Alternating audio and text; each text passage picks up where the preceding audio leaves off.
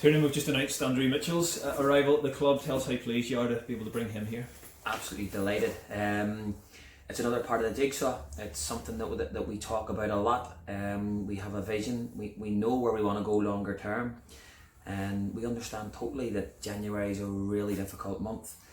And one thing that we won't do as a club is we won't bring people in just for to bring a body in. And I know that a lot of fans out there are maybe a little bit frustrated that we haven't brought in a little bit more firepower, but you can only bring in what's available in January. And as I say, one of the big things that we need to make sure that we do is that we keep adding quality rather than quantity. Yeah, and you've said before it's about the right person as well as the right player, and Andrew Mitchell fits into that category. Yeah, as I say, we don't stray away from what our longer term goal is. We don't stray away from what our vision is and where we want to go as a club. And a big thing for us is getting quality players. It's making sure that those players will fit into our culture and make sure they'll fit into our work ethic.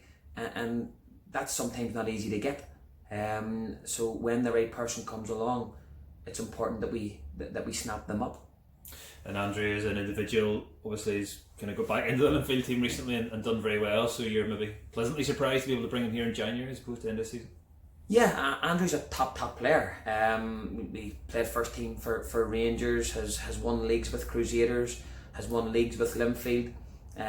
He's a real top model professional.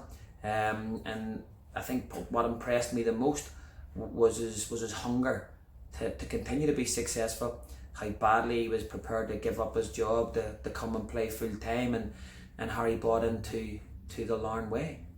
And in the immediate term, obviously three big games coming up: Glentoran on Saturday, Linfield on Tuesday, and a big Irish Cup tie coming up on Saturday. So you have him available for those games, which is important too.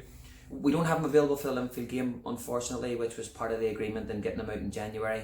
But yes, available for tomorrow, and he wasn't cup tied, so it's a huge bonus for us.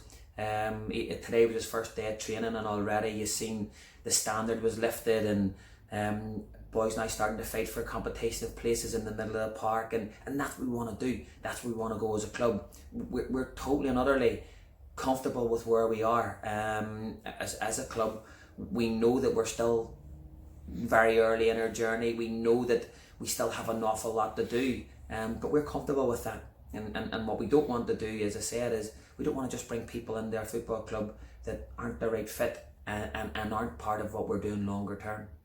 And that'll be the approach presumably for the next week as well. If the right person, the right player comes along, great. If not, then that's just the way it is. Myself and Kenny are talking pretty much every day. The coaching staff are targeting players every single day. But players that you're being offered and players that fit into what we want to do and on and off the field are two totally different things. We have made it very clear that if a striker becomes available or someone in the attacking end of the field becomes available and brings that next level of quality to where we want to go, we'll snap them up.